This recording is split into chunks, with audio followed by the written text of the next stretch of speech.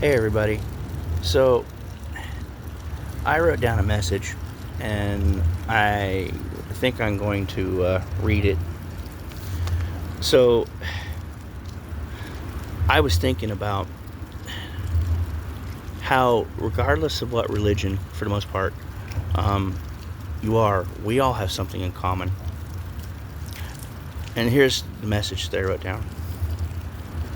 I wish that the organized religions, or the members of them, could all just focus on what we have in common.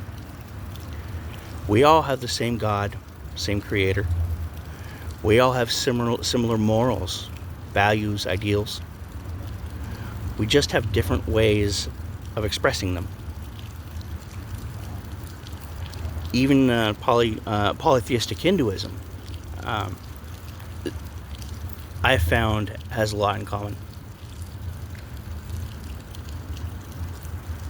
Now, the message kind of deviates from here, but does circle back around to this initial intro. So, starting with polytheism, it says, even polytheistic Hinduism, and it says, monotheism is somewhat new to Earth, but has always existed throughout the universe. Polytheism, though, ancient as it is for Earth and human existence, is relatively new in the grand scheme of things. Polytheism is new because divine children of the Most High were, I suppose you could say, accidentally worshipped by early Homo sapiens. These divine children were beings like angels or higher dimensional, highly advanced spiritual beings, and interacted and incarnated amongst us to help us doing God's will.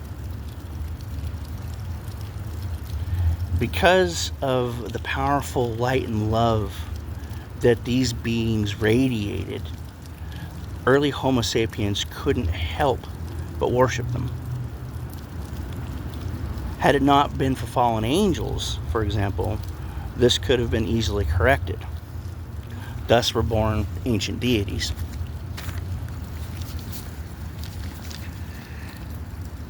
Earth's ancient deity, many of whom are divine beings that are still to this day guiding and assisting humanity. Excuse my hand shaking, hypertensive a little bit. So, in these end times, some of these divine beings have volunteered to incarnate as humans to guide humanity in its ascension. The Most High also incarnates into this experience to lead the way. Jesus and Marduk were examples of this, or aspects, I guess you could say, of the Most High in a way. Marduk was the one that brought back monotheism. That said, there's no problem with polytheism so long as the polytheism honors and acknowledges that there is a Most High creator of all. In my experience, Hinduism does.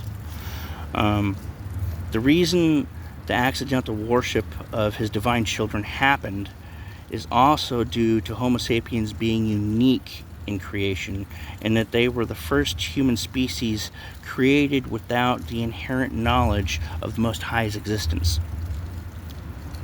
They were an experiment to see if they would find God on their own, and they didn't.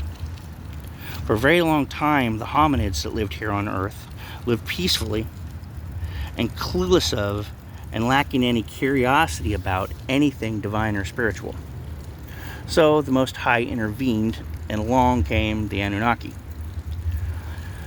The Anunnaki, for their own reasons and unbeknownst to them for the Most High's, genetically altered the hominids.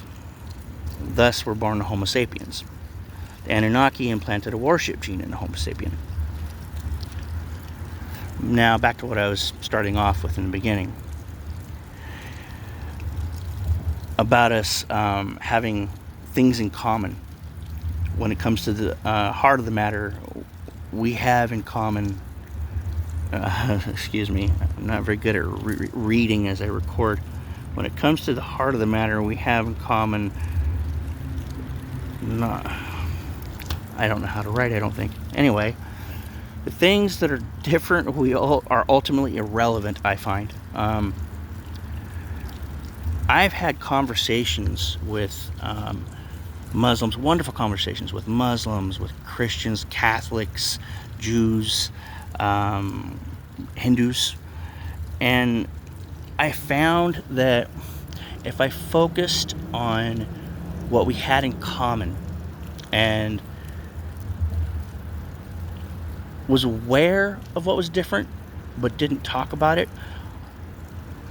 I learned that not only could we get along great and we're all trying to find the same path or walking the same path, but the things that are different are completely irrelevant to our spiritual growth and development.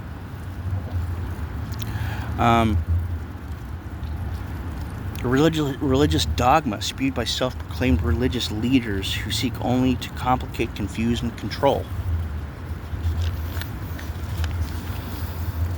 Regardless of which religion it is, if you believe in and love the source and creator of all things, we walk the same path. We want the same things. So I implore you to eliminate that which is exclusive exclusive. I'm sorry, I need my glasses on. Ha. You can tell I don't plan these things out. Okay. We want the same thing, so I implore you to eliminate that which is exclusive in intent and nature, and focus and embrace that which is inclusive and about love. Pretty simple message. See, one thing I know is that in the new world, religion as we currently know it will cease to be. There are not going to be churches. There's not going to be any more dogma. We're all going to be united under one belief system. I'm not saying getting together as a congregation is a bad thing, but when it comes right down to it, your relationship with the Most High is a very personal thing. And when you do that in a group, it becomes less personal. Now, that said, that doesn't mean you can't honor the Most High in a group. I just think, in my personal opinion, if you really want to honor and worship the Most High, you do that out in nature by honoring His creation. If you're in a group, for me, the idea of worship in a group involves music like you have in churches. It also involves other creative endeavors, performances, maybe like art or you name it, things that bring happiness, bring excitement, bring joy, because that's what God, the Most High Divine Mother and Father, are all about. And that's another thing too, is in a new world we're going to be bringing back the Most High Divine Mother, and it's not going to be just Father. It never was supposed to be that way. Source, Creator, God is the Father, is the Mother, is the Son, is the daughter. He's everything. Everything is Him, her. It's time to get back to the basics. It's time to focus on what we have in common. And that starts with loving ourselves and loving our Creator to the best of our ability in a respectful and healthy way. I call it the Platinum Rule.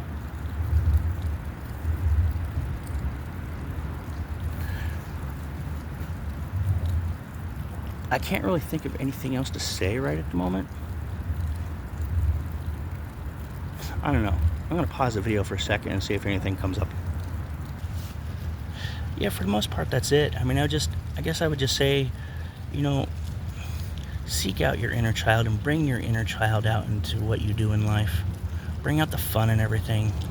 Because when you're bringing out the fun and the joy, you're bringing Source, you're bringing God into it.